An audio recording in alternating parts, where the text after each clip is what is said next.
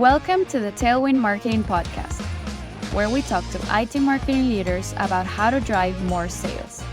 Hosted by Carlos Corredor, founder of Condor, an Inc. 5000 company and one of the fastest growing IT marketing agencies in the US. 3, 2, 1, 0. This episode is brought to you by Condor Digital Marketing Agency. Do you feel that your marketing team is stretched thin, running campaigns, building decks, reporting on leads that no one follows up on, and it's still not enough? Condor helps you turn all the marketing efforts no one sees into pipeline that no one can ignore. They are built to work with marketing departments of mid-market B2B tech services across their main functions, demand generation, website, and marketing operations. You can learn more at condoragency.com. In today's episode, I want to welcome Brian Krenzer. He is the Vice President of Marketing at Verisys, which is a provider of healthcare data. Brian has more than 15 years of experience in marketing across different verticals, always focused on driving revenue. And I'm talking direct to consumer, B2B. We're talking a little bit more about that background. But yeah, welcome, Brian. Why don't you tell us a little more about you and Verisys, please? Sure. Thanks for having me. As you said, Brian Krenzer, marketing executive, which always feels funny to say, but have worked it across, as you said, a bunch of different industries and types now, from B2B, B2C, lead gen, and across different verticals, including you have subscription services, mortgage, real estate, healthcare now. Really have always loved trying and learning new things. And so that's been part of the fun part about marketing is, since I started back in, call it 2006 or so, really got to see the way digital has evolved rapidly and pretty, in ways I wouldn't have anticipated, where you think about back, 2006, it was a lot of like banner ads in Yahoo to like where we are today and what you do with AI and how you approach that. So it's been a fun journey. As you said, I'm currently with Verisys. Verisys is a healthcare data company. We focus on healthcare compliance and healthcare data compliance. So ensuring that your doctor, the people you are seeing have the licenses and credentials that are necessary to see patients. So we're really focused on keeping patients safe and also ensuring and mitigating risk for organizations. So we get to do a lot of really interesting things and get to sort of see new ways to help mitigate fraud and waste, but also, different ways to protect patients and ensure the best healthcare system possible. And now, you're in B2B, but you mentioned you were direct to consumer, lead gen before. How do you get to B2B, and what do you have any preference, amongst the industries? Sure.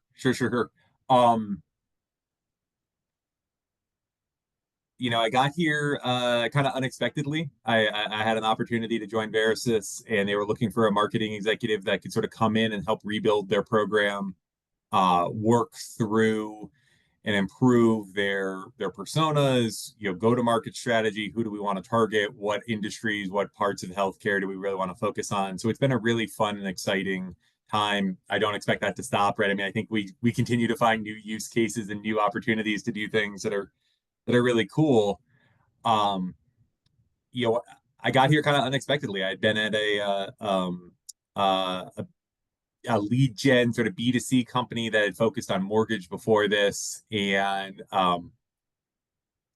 that was cool, but that was useful. Like I learned a lot. It was a great experience, but sort of by the end of my time there, I was realizing that I was looking for my next opportunity, that it was time for me to sort of go to a different one, because I was watching the market sort of shift. This would have been late 2022, early 2023, where we were watching interest rates go up, and anyone who's worked in mortgage knows, interest rates go up, people are not looking to refinance. So it was a little bit of kismet, good timing, where they reached out and I said, yeah, this is great, because that was right at the start of that problem, and we were watching the industry sort of shift. Yeah. Right now, just love what I'm doing, love this company, because you really get to like sort of better know the clients and the products and sort of the use cases than you do sometimes in other industries. Especially when you go B2C,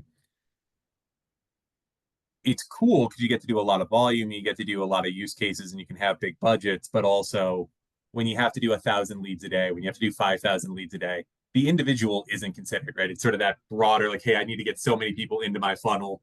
Where B2B and with Verisys, you really get to understand what are the problems we're solving for, what are we doing, and that really, I think, makes for good marketing because knowing what your client, knowing what the your target, your people are looking to solve is really important. And so you get to have a better sense of like what is the specific problem you're trying to solve versus a general, I've got X, do you want it? Which is some of my background tended to be, I used to work in paid TV for a little while.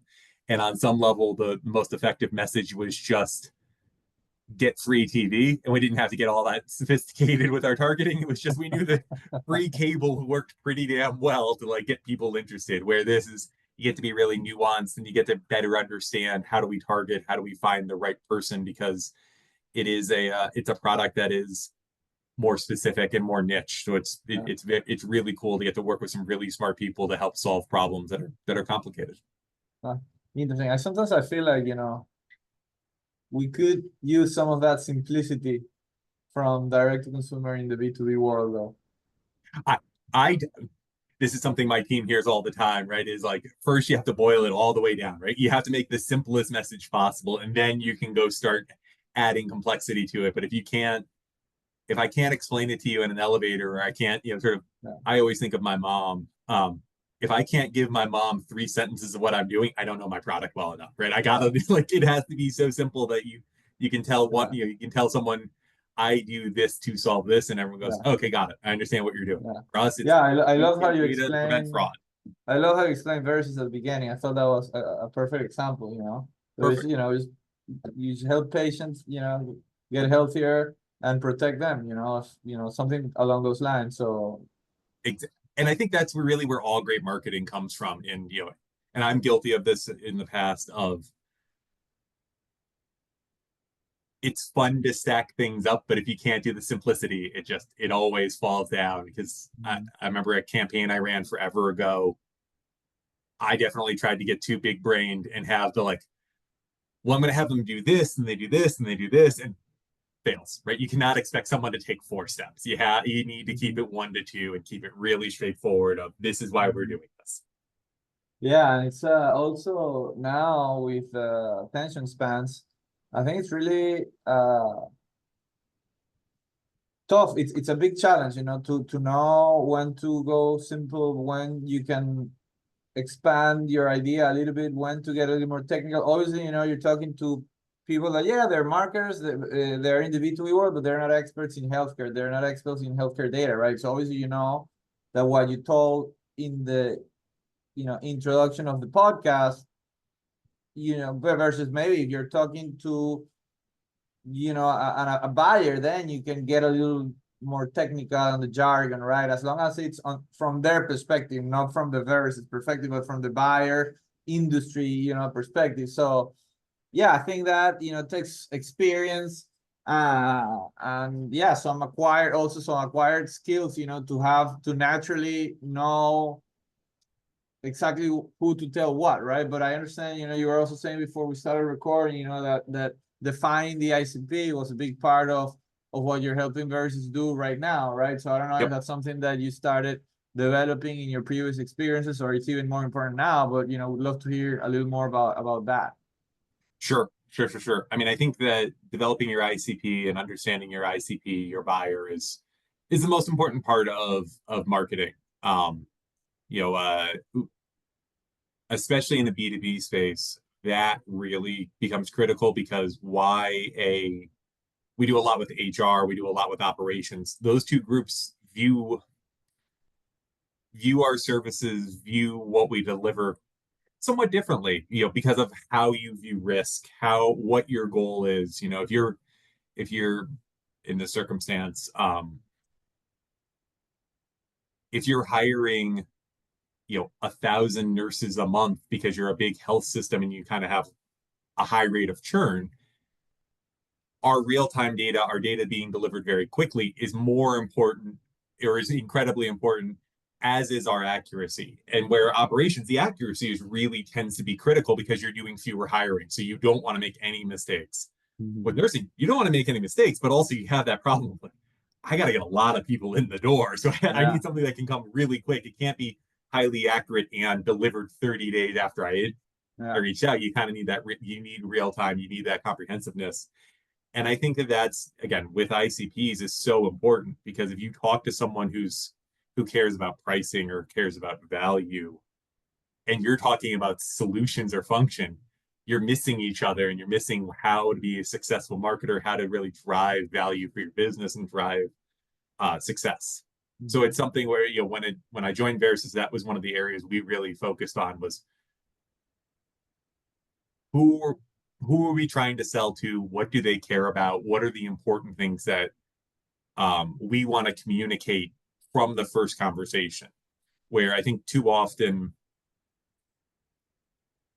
as marketers, we get hung up or we get like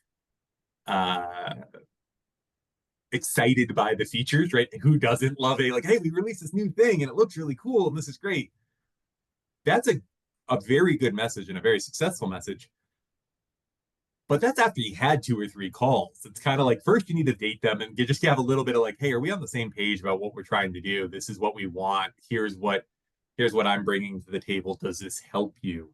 And I think that was one of the most important learnings we've had. And one of the most successful things we've had is really working on how do we communicate our message from the jump in a straightforward, clear manner. So it's not like you're starting off talking about like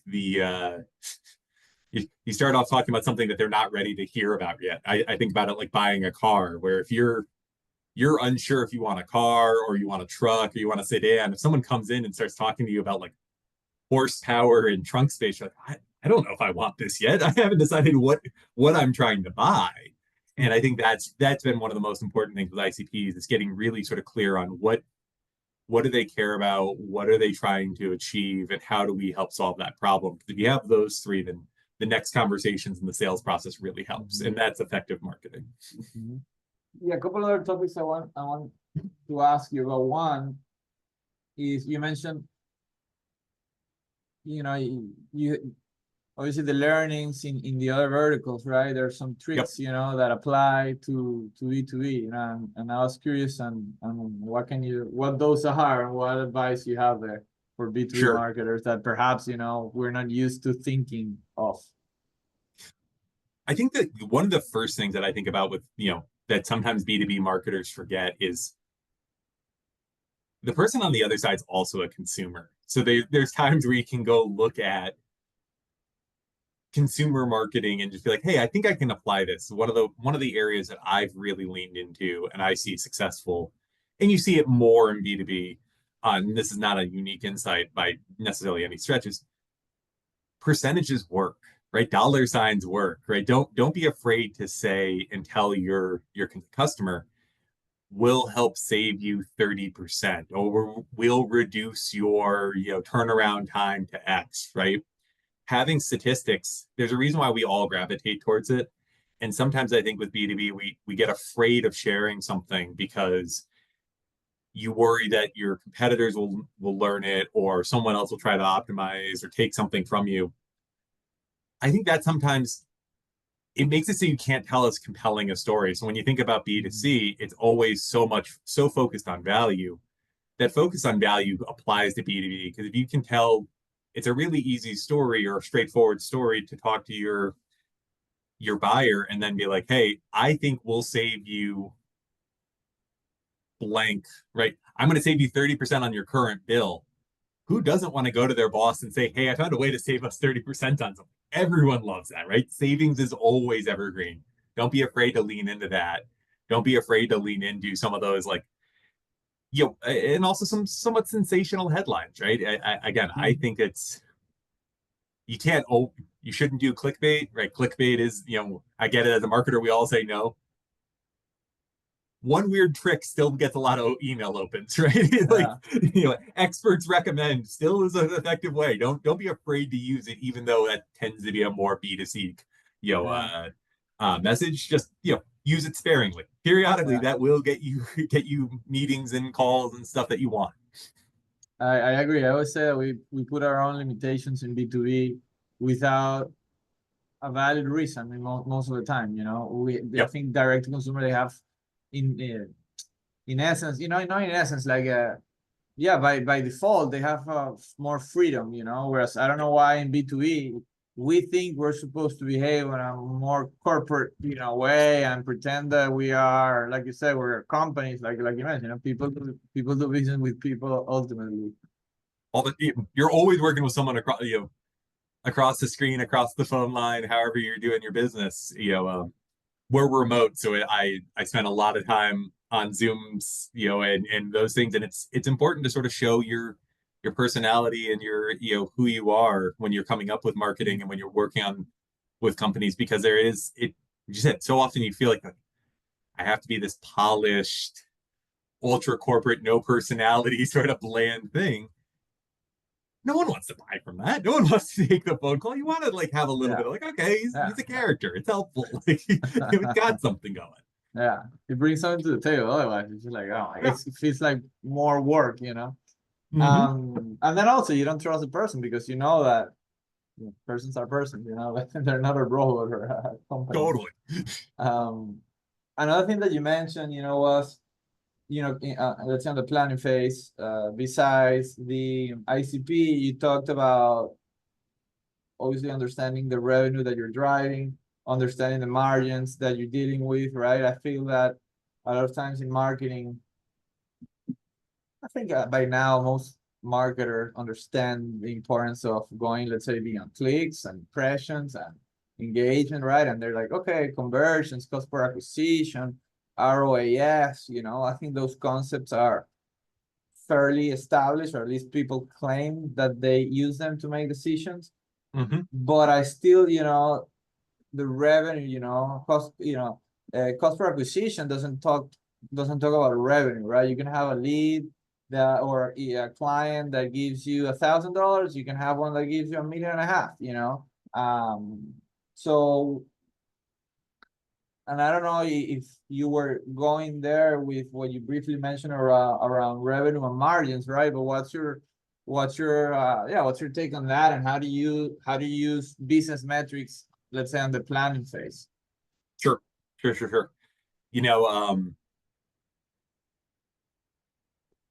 I've been really fortunate. I've worked with a bunch of smart analytics teams and smart analytic people, right? So I've had a lot of that insight and data around what's the revenue, what's the margin. I mean, I think that to me is one of the most important things that marketers don't get enough insight on, of what do we want to achieve? What does this really look like? Because as you said, it might be $1 million of revenue, but if you spend $1.5 million to get that revenue, you've lost $500,000, right? Mm-hmm. And so when we look at campaigns, we work to be clear on how much revenue do we want, what margin do we want, how much buffer do we want built in here, so that way you can look at your metrics, you can look at your marketing performance, particularly for paid media. Paid media is the one, as what I'm thinking of here, is because that you have to be really careful about, because I'm sure we've all done the like, I forget to set a daily limit on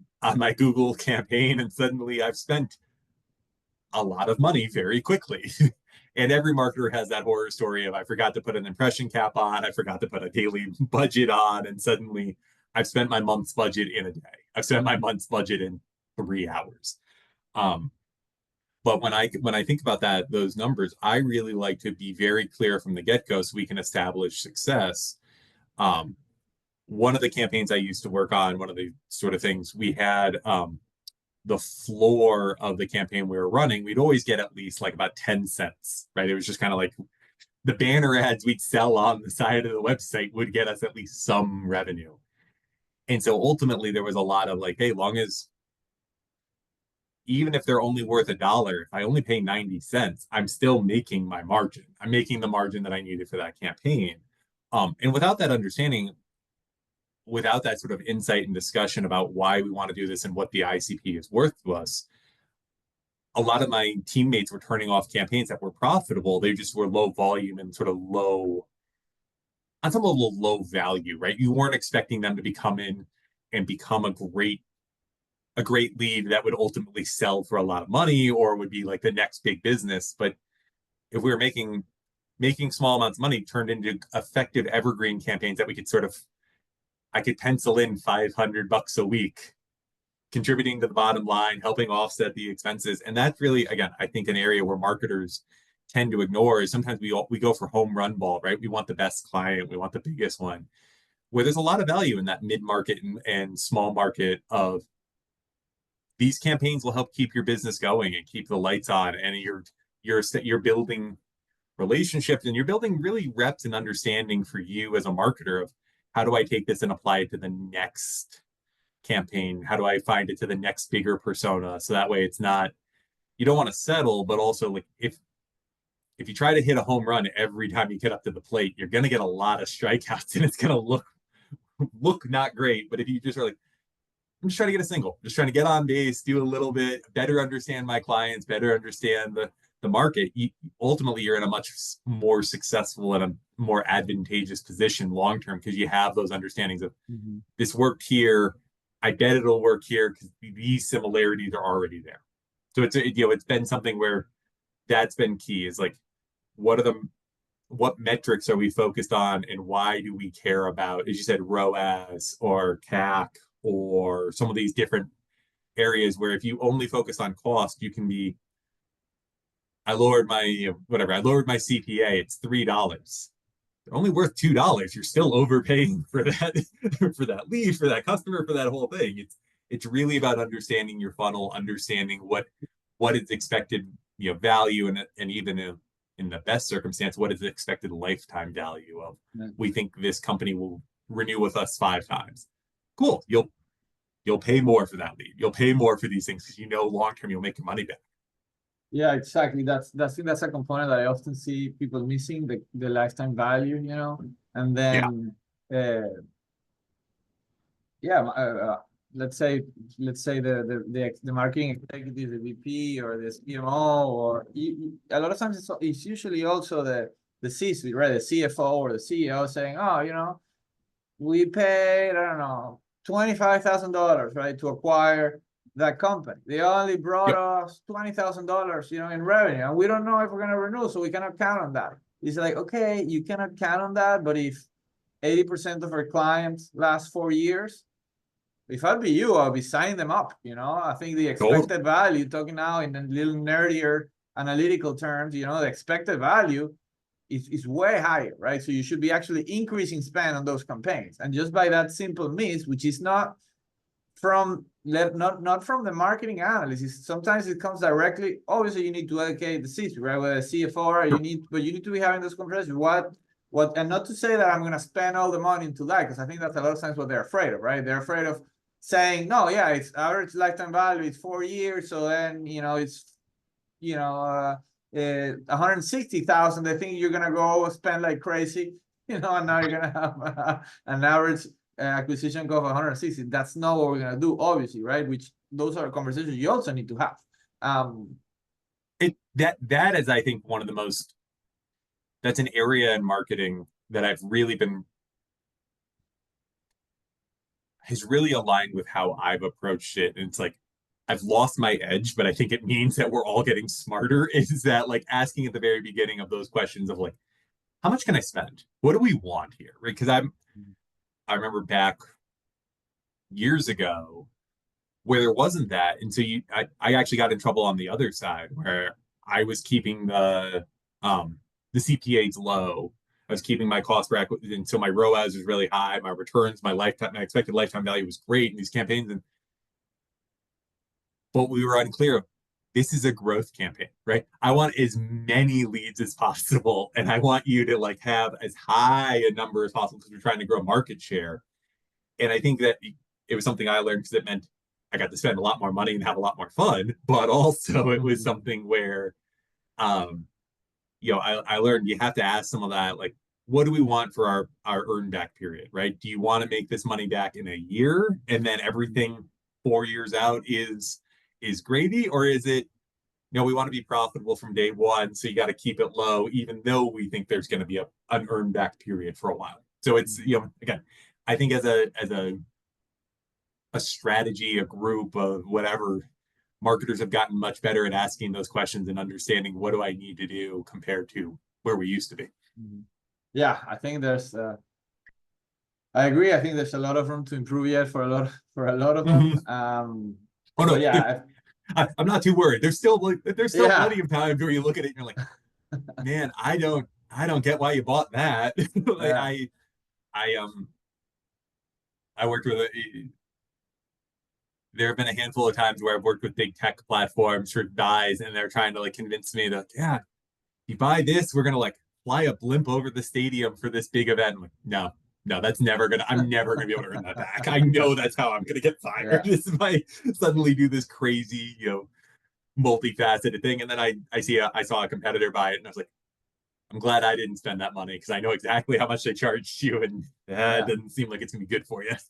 Yeah, that's I think that's the beauty of digital. That's actually what I liked about digital in the first place, the amount of data, and that you can really start testing, and even the connected TV, 10 years ago, remember, you would need I don't know, the $200,000 a year, to start playing, it's a pay to play. Now Yep. you can start with 1,000, and you can have your ads, very small company, you can have your ads on, Hulu or whatever it might be, right? So I think that's definitely an advantage of those that are thinking like what you're saying, right? We don't have to Yep. go for the traditional all or nothing home run and see. We can start, okay, let's do a test for 10K, see what happens, see if we can increase it. And I think, I have found that, as a marketer, as a B2B marketer, right, that helps build confidence and alignment with your organization. Where I've been at some places where you have a new head of marketing come in, and they're immediately like, I've got it. We've got this huge campaign, and they want to spend like 60% of your annual budget in like 1 month. This is our big thing. We're gonna go huge. Maybe that might work. A lot of risk, and if you get it wrong, everyone's lost all confidence in you. So as you said, taking that iterative, like, we're going to test a little bit of money, we're going to test $1,000, we're going to try this, and being very clear about your goals. And again, I think that's something that all marketers, especially on some level B2B marketers, can really focus on, is just think about who your persona is and put a little bit of money and see, like, is it yielding the response and the results you'd hope for, or are you finding that it's not? Something that we've had recently is we were running some campaigns that we thought were really tailored, we thought were really really well aligned, right? And it was high intent, and it was for a product that we thought would work really well, and it didn't, just completely did not. And what we figured out there was, despite it being a great target, great ICP, great opportunity for us, when we reverse the lens of it, the consumers who were searching these terms and looking for this information were actually probably underinformed. So they weren't our targets, because we were likely getting, and this is sort of based on what we've seen in our CRM and some responses, we were likely getting junior people. So we were informing, and we're doing good brand building, because you now understood that we had this data, and here's how we help solve these problems, but they weren't decision makers.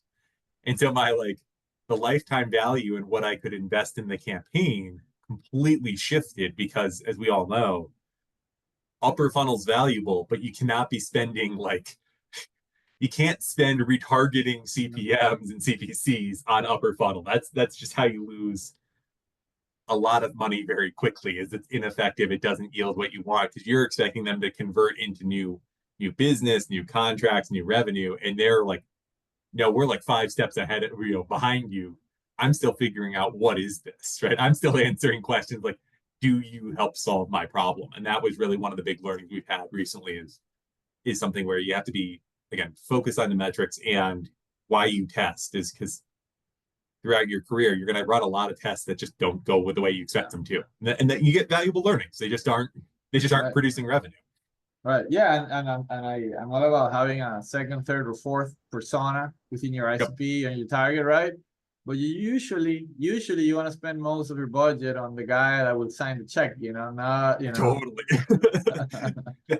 That was where we work with an agency. They're great, and that was one of those things I was talking with that search team about. That was specifically we were running this test and search, and they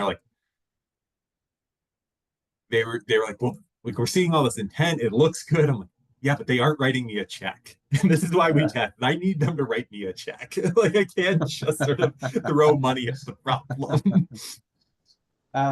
Brian, and I know you also, you worked in a couple of technology platforms, on the advertising side, on the paid media side before, right? Like, and not only working at those in particular, but also being exposed, to their competitors and how the landscape work and how those platforms actually work on their business model, right? Like, what you tell us, like what you learned there, and what advice or what do you bring as a strategy on how to go about leveraging them, now that you are on the brand side? Yeah. What I learned from them, and I think a lot of marketers take this for granted, but it really is true, is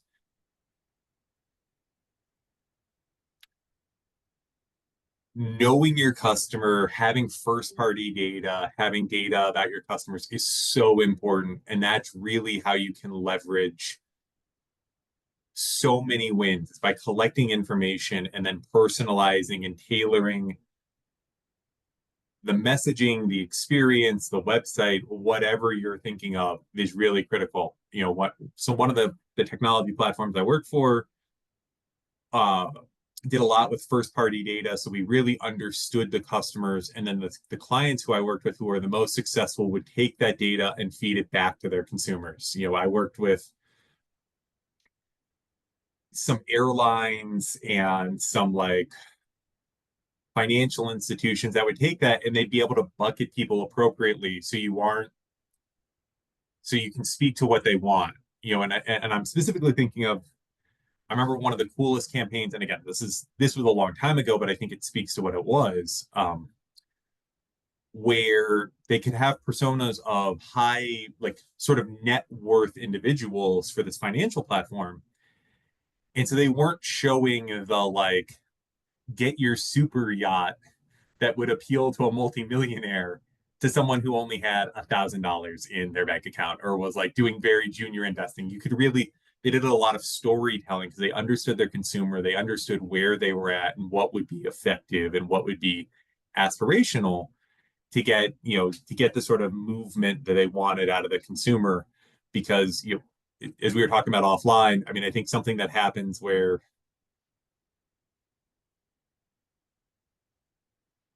you want to market the best story or the biggest story. So you have the like, here you go, you got $100 million, and this is how I solved this problem. It's like, well, cool. First, you had $100 million. I don't. Right? I have a lot less money. So it's a little bit of like, one of the things I saw was like they were taking you have $1,000, you have X, at this rate, we expect you to have $1,500 by the end of the year. And you could sort of do that storytelling of, here's what our expected returns are, here's how it's saving you money, how it's helping you do these things, versus the aspirational big one right away. And that was all done through data because they could see how much money was put into your brokerage account, what stocks were you buying, what type of risk profile did you have. Again, a lot of the information that I think today is really, again, so critical. It's just understanding your consumer, your target, and what resonates with them. So you aren't spending a message of telling the wrong person the wrong message, because we all know effective marketing is right message, right person, right time. So you aren't trying to push something. If they just cleared out their account, you aren't doing the double your deposit and you'll get more today. Well, no, they just closed out. So now it's a win back message of come back and save. And I think that's really, with technology platforms where you can see really, the good ones understand their consumers, understand and show you, here's the insights that we can provide and how we solve problems for you. Yeah, I was actually at a podcast last week as a guest, and And one of the questions they asked me is like, what trends do you see for 2025 or for for the rest of the year, next year, where's marketing going? And we thought I was gonna be talking about AI, which obviously AI is one of them, but like another one, if you ask me, a big one is first party data, right? As you mentioned, this is nothing new. We've been using it for a long time, especially in direct to consumer brands with high budgets. It's been crucial for personalization, but now also in B2B, and especially with privacy concerns increasing and browsers limiting third-party data. Not even talking about 2026, even talking about today, estimated between a third and a half of all of your tracking gets lost one way or another, right? So if you're not gathering the data yourself and communicating with Facebook, with Google Ads, with LinkedIn or wherever you're spending your money, simply you won't have effective campaigns anymore. A million percent. I so strongly agree with that. I mean, I think that that's something. I think that that's something that when you talk to marketers, when you talk to people, we always get excited by new, myself included. I love new. I'm not going to pretend I'm not a part of this.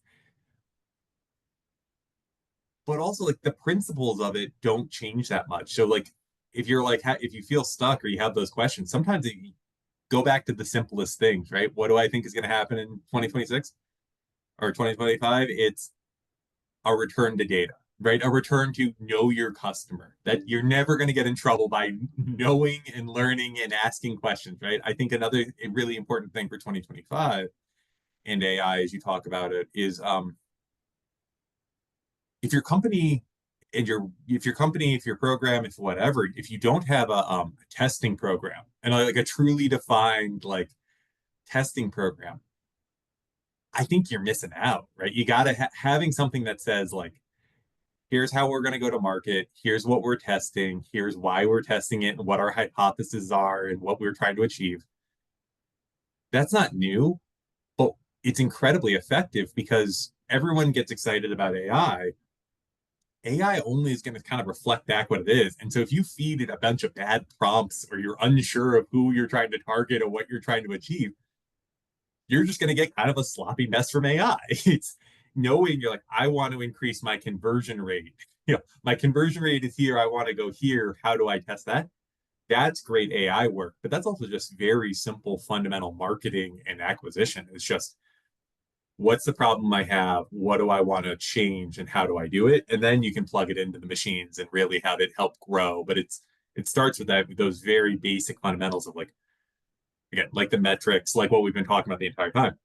What do I want to achieve? Why do I want to achieve it? What is the message I'm going to tell someone to make sure they understand the value of what my company is bringing to the table?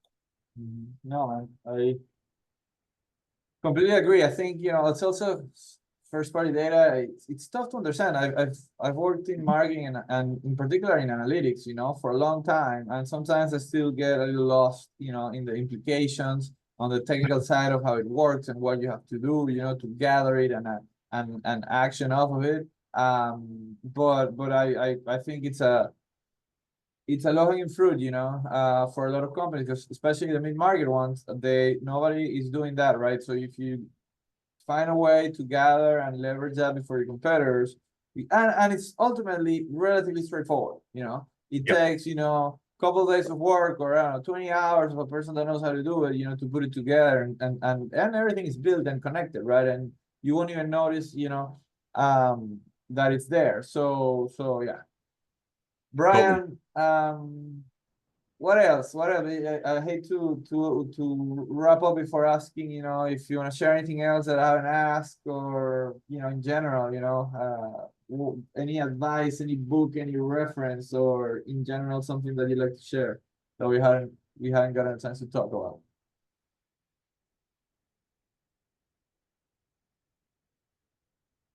I think the last thing, sort of the closing thought is have fun with this stuff, guys. Right? Like collectively, like I think sometimes we all get very serious, and I think there is something, I go back to